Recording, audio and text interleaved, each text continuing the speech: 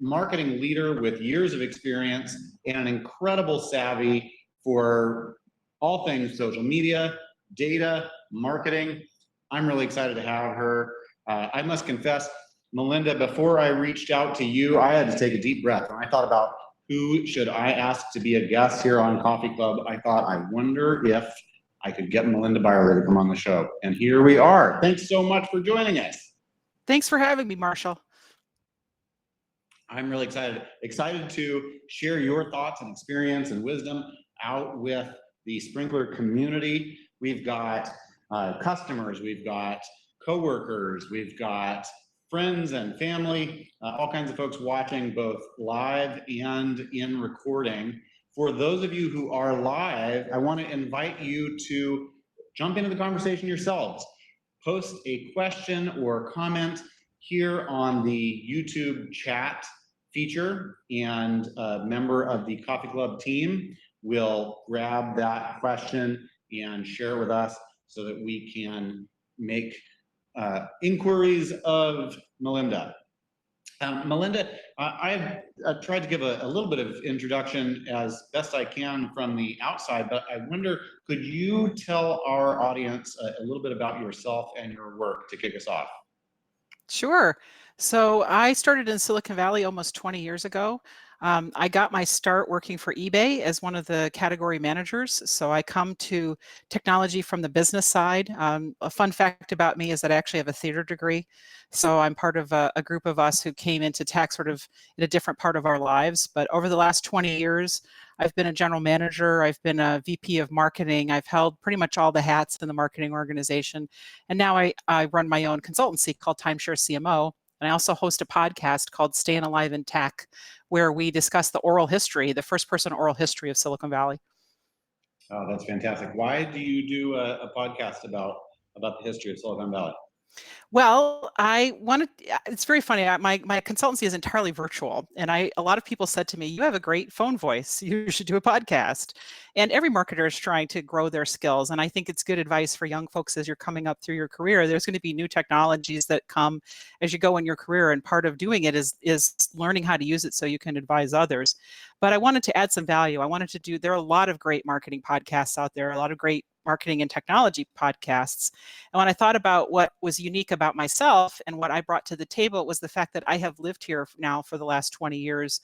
And I have these people that I have known throughout my journey, and I get to have coffee with them and I get to go to lunch with them. And I thought, wouldn't it be great to have those conversations and all these little stories be told to everyone around the world? And so that's what I'm trying to do. Oh, it's beautiful. Well, as someone who is in the midst of my career and looking to support people who are just getting started, having been around Silicon Valley for probably about 15 years myself, I know that there are stories that are at risk of not being remembered, and so much value that can be unlocked and shared with our coworkers as they're kicking off their career. Well, consider this your invitation. We'll have to get you on. Oh, thanks. That would be fantastic. So, Melinda, as we talked about the many different things that could be discussed here on Coffee Club, given the breadth of your work, there were a couple of subjects in particular that we thought might be asked. One being building a culture of data-driven marketing, and the second being a smarter way to do influencer marketing, which is certainly near and dear to my heart. Can you tell me a little bit about your interest in that first question of data-driven marketing? Sure. Because of where I started my career in technology at eBay, and we were all working for Meg Whitman, who was very data-driven and very disciplined. We were very thoughtful about what we would work on, and we were very disciplined about how we tracked our data. It was expected that you would understand your business as a category manager to a pretty deep level and be able to report on successes as measured. And so they were very clear. The organization was very disciplined, and I learned a lot from that, and it carried me forward. And I've learned that there's just so much power in it. As I think a lot of us in marketing know, the number one concern that most CMOs have is how do they get credibility and how do they get sign off and support in the executive suite?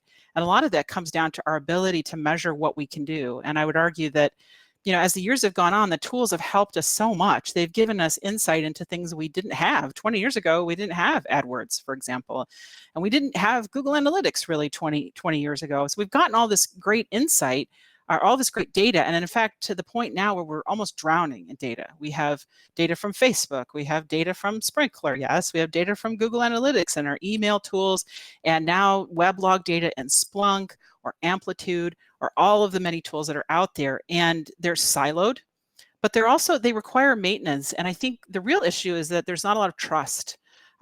If you'd asked me 20 years ago that I'd still be working on helping organizations trust their data, I would have been surprised, but we're still fighting through that. And I think more so than ever because of this, this sort of growth in the MarTech stack.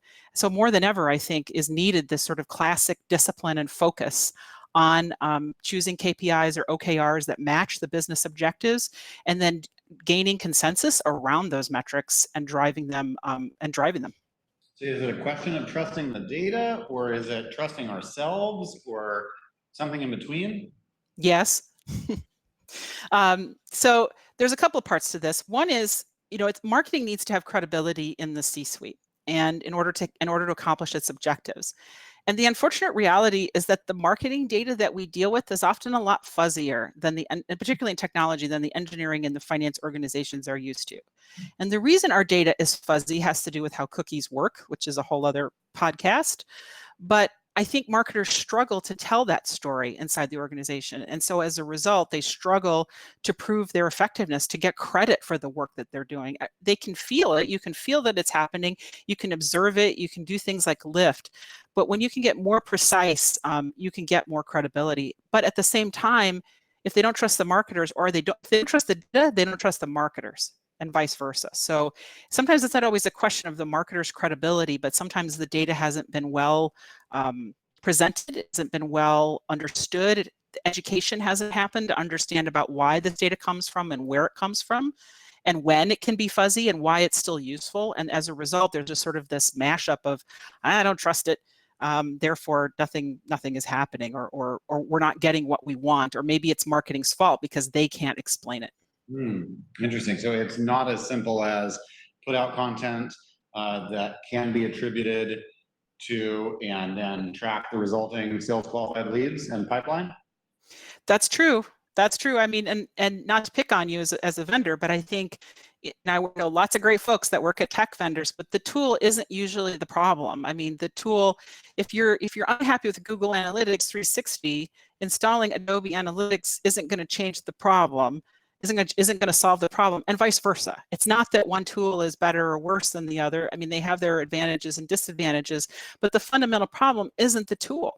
The Deloitte survey that I was just talking about, the CMO survey, the number one reason why only right now 60% of marketing decisions are not being made with marketing analytics, which is astonishing in the world we live in.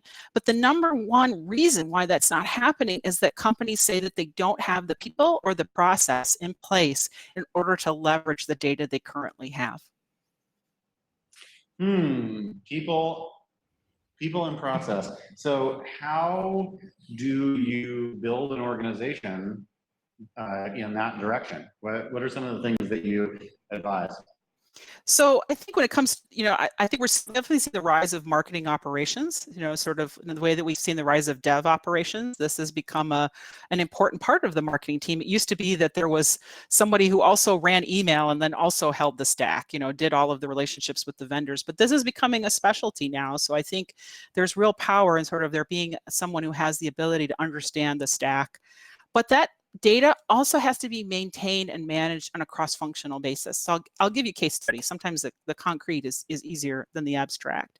With one of our large clients, large tech company, they have very clear business objectives. They are very successful. The Google Analytics product is being used by multiple parts of the organization. Customer experience needs it to understand traffic to the help site. The product team needs the tool in order to understand the usage of the product and how people are performing in and out of the app. The marketing team needs to understand it. And even within the marketing team, the search engine optimization, the email teams, the paid marketing teams all have a different need. And so in order to their decisions have to be made about how these tools are implemented, not just the tool itself, but the data that's being passed to them. Those decisions have to be cross-functionally, and there has to be a consensus about, okay, what is the source of truth for a conversion, for example, something that simple. Which tool are we going to believe? Because they all track them differently and they all have nuances. So let's all get together in a room and do this. And so once you do this, you're still not done. This committee needs to have sort of an ongoing presence because the tools change, the business changes, the marketing team's objectives changes. And so we can't just be making decisions willy-nilly. We have to think about the impact. The larger the organization, the more important this sort of discipline, if you will, about where the data comes from becomes. That kind of dynamic ecosystem makes me think about the debate people have about whether AI will steal our jobs. It sounds like ongoing data wrangling and tending needs that you're speaking to. Well, I mean, AI and ML are coming and they are already having an impact. For example, we're seeing that in how Facebook and Google are displaying, results and their feeds and how they display ads. But I think for the average sort of marketer or the average company, it's really about people, because data demands change. Once you learn something from data, it's generally so that you're going to do something with it. If you want, those insights that everybody talks about, we don't want data, we want insight. Okay, if you get insight, that means you have to change. And change is really hard. I mean, ask somebody who's ever tried to eat right. If they were thin all throughout their 20s and they never had to think about what they ate or drank, and then suddenly they started gaining weight and they had to sort of change the way they ate and lived, you see just how hard it is. Change is hard. And so being able to be patient and acknowledge that and work through that process turns out to be the biggest barrier, in my experience, to web analytics adoption and marketing ROI than any tool or technology. Mm-hmm. Makes me think about that cartoon with two panels where a speaker says to a crowd, "Who wants change?" Everybody raises their hand. And then in the next frame, he says, "Who wants to change?" They leave their hands down. That's right. That's exactly right. That's right. So how do you coach people, especially managers, on making that propensity to change spread inside of an organization? Well, we're still figuring that out. But the short answer is it really does have to come from the top. Kind of like there has to be the external motivation, right? If you're in your 20s and you're thin and you can eat pizza and beer every night and never gain a pound, why would you ever change? Because eating pizza and beer is awesome. That's fun and great. So sometimes you need that external motivation and support. And the other reason you need external motivation and support is that, as I said, it was cross-functional. So in a tech company in particular, development resources are often scarce, and the work to do this especially to get it going, sometimes requires dev help. So it's got to be escalated and prioritized. It has to be seen as important enough. And the third thing that has to happen is that there has to be patience. So we're working with a company now that's just past its 100-year anniversary, and they're digitizing. And that process is not something that happens in 6 months. We've been working with that particular client who's at the VP at the executive level for almost 3 years. And it took 18 months to really sort of get cooking with gas, and then the next time to sort of like really start to drive the results. And the way that worked is you have to set the expectations up front. So in his first board presentation, he said, you're not going to do this. This hasn't been invested in years, and so it's not going to be fixed overnight. And it starts with setting the expectation at the board level, at the executive level, that this is a process. I have come to believe that the minimum tenure for a CMO should be close to 3 to 4 years, not 27 months or whatever the most recent statistic is. McKinsey says that CEOs who focus on the long term drive the most value for their enterprises, and the CEOs that replace them when their boards yank them after poor short-term performance really appreciate it. Yep. Well, Interesting. If you have questions out there in the viewing audience that you would like to ask of Melinda Byerley about her and her team's experience building change and transformation campaigns inside of organizations towards a more dynamic, data-informed form of marketing, please let us know either now or at any time, and we will ask all about that. Melinda, anything else that you want to add about the challenges of building towards a data-informed marketing culture?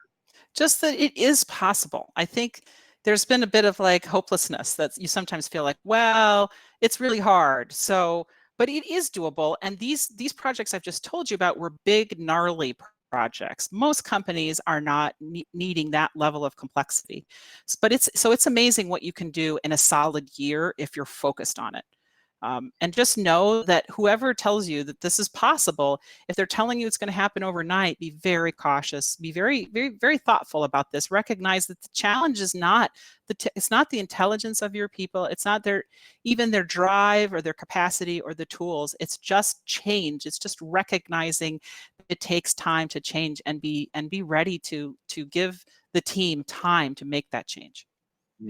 That's wonderful. Any examples come to mind of low-hanging fruit along the way that that might satiate the short-term appetite?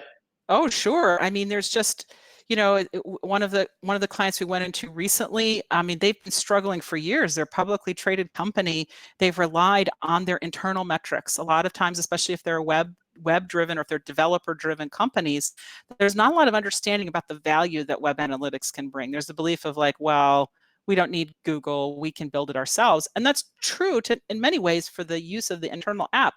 But one of the things we can do right away is actually answer a question that they've never really been able to get to, and that's what percentage of the users on their site are logged in versus not logged in.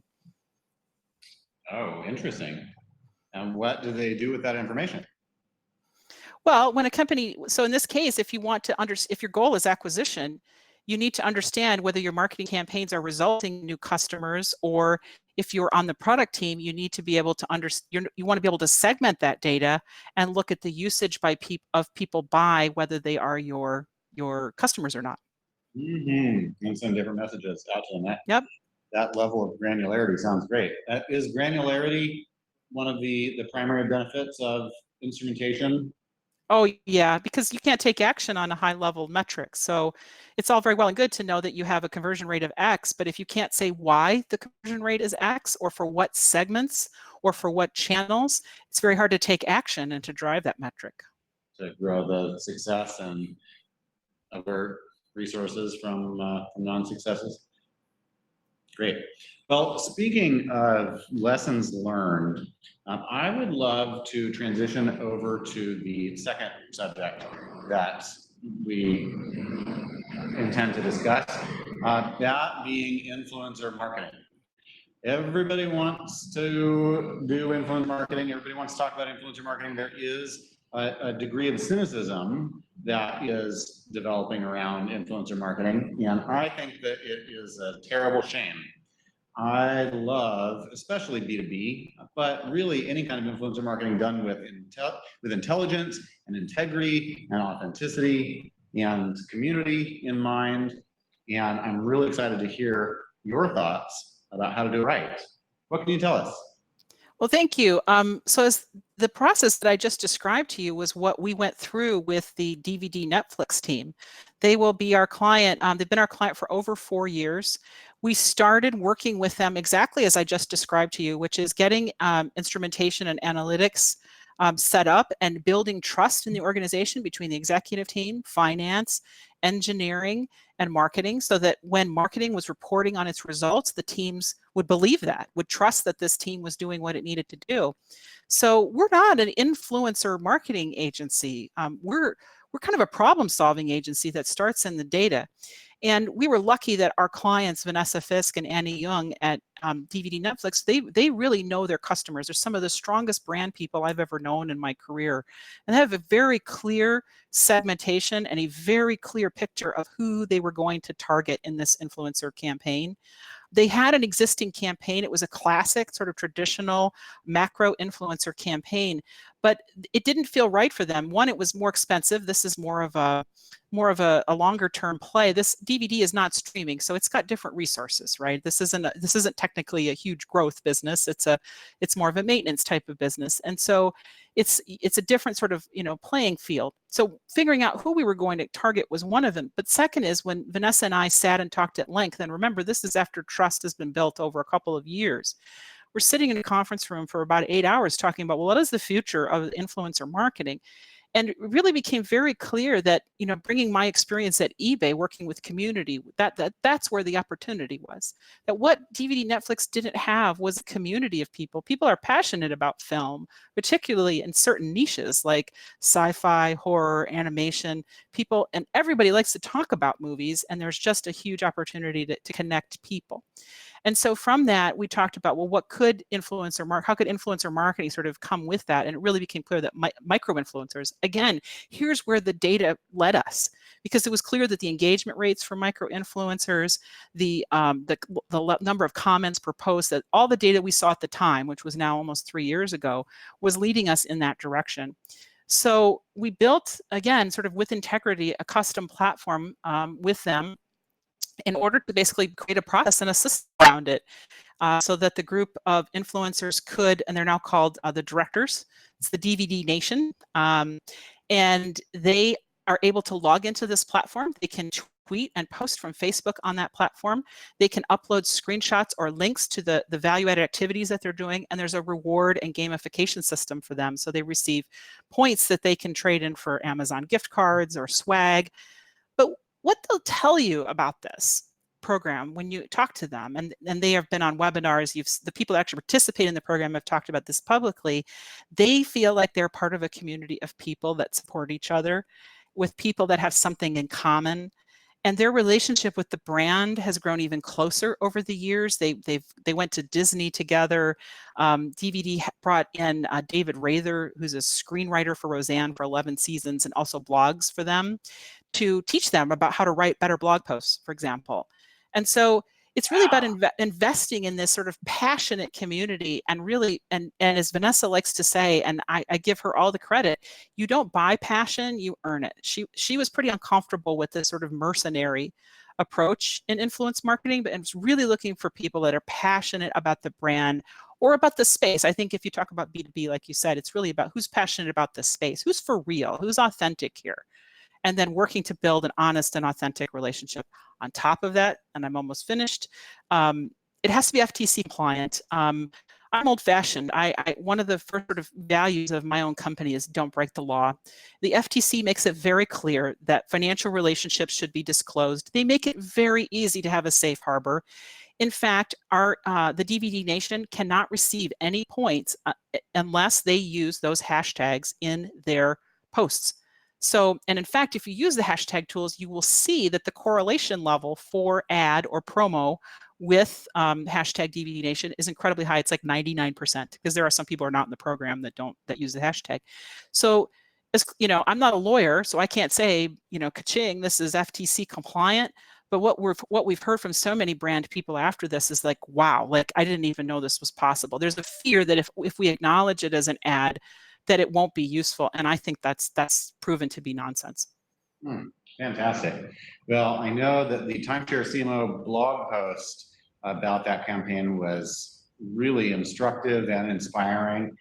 And the whole site is a real good one for folks to check out. This work that you have done now over the years, I'm really glad to learn from, and it resonates with something that the analyst firm Forrester just published this week on the state of influencer marketing. They said that big brands are now increasingly looking to medium and small influencers who are optimized for authenticity and insight.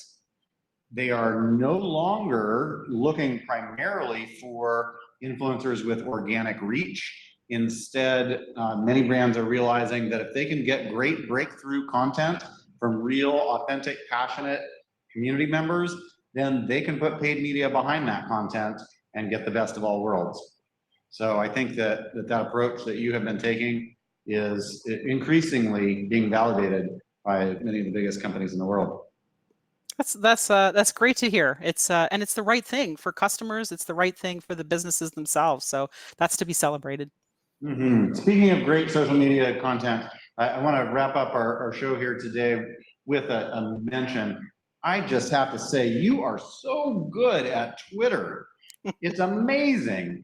How do you have a few words of wisdom that you can offer the rest of us who work in marketing, but aspire to be able to create the kinds of community conversation flashpoints that you consistently are able to create online? Ooh, that's a tough one because there are downsides to it too. I've been hammered and I've had difficult moments because of things I've said on Twitter. So I often jokingly say, like, don't do what I do. But I think it's really about being yourself. I've come, for a long time, people would say to me, well, you shouldn't say X or you shouldn't say Y because that's going to reflect badly on your company and make it harder for you to get clients. But in fact, Vanessa from DVD Netflix found me on Twitter. She liked what I had to say and we bonded over it. And they've been our great clients for many years now. So I think it's really about being yourself and finding your tribe. I might be dating myself, but the Jodie Foster movie Contact talks about, sending out this message into the solar system and trying to get another being to come and find you. And I feel like that's what Twitter is for. I think people respond to people more than they respond to brands, with some exceptions. I mean, come on, Steakums is doing phenomenal. I mean, a lot of brands are doing incredible work in this area. It's very difficult, but if you notice, they're humanizing their brand. So I think, especially now that awareness of fake accounts, bots, and trolls, padded follower accounts, as we've seen even in some other marketing influencers, these types of things, I think, make people sort of, again, undermine trust.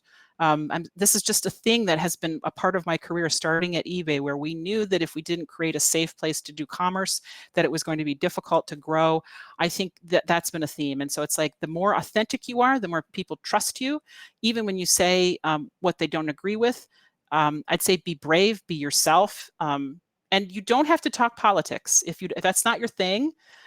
It's true that probably I get a lot of reach because I do talk politics, but that's what my base likes. And so I think it's really about who are you talking to? Who are the people that follow you? Serve them, serve the community. And I think that good things happen. And I think there are a million ways to do that. I think, you do that, you serve your community, you have your own voice on Twitter. And many of our clients do too. And I think it's just really about being yourself, really, and being honest about that. That's fantastic. Well, I'm so glad that you have been able to bring that authenticity out into the conversation and find business success, not have to choose between those two. You don't have to choose between authenticity and business success, folks. It's true. Heard it here. Hallelujah. Wonderful. Well, we're about to wrap up here. I hope that you will like this video and give it a subscription so that you will be updated on all future Coffee Club shows.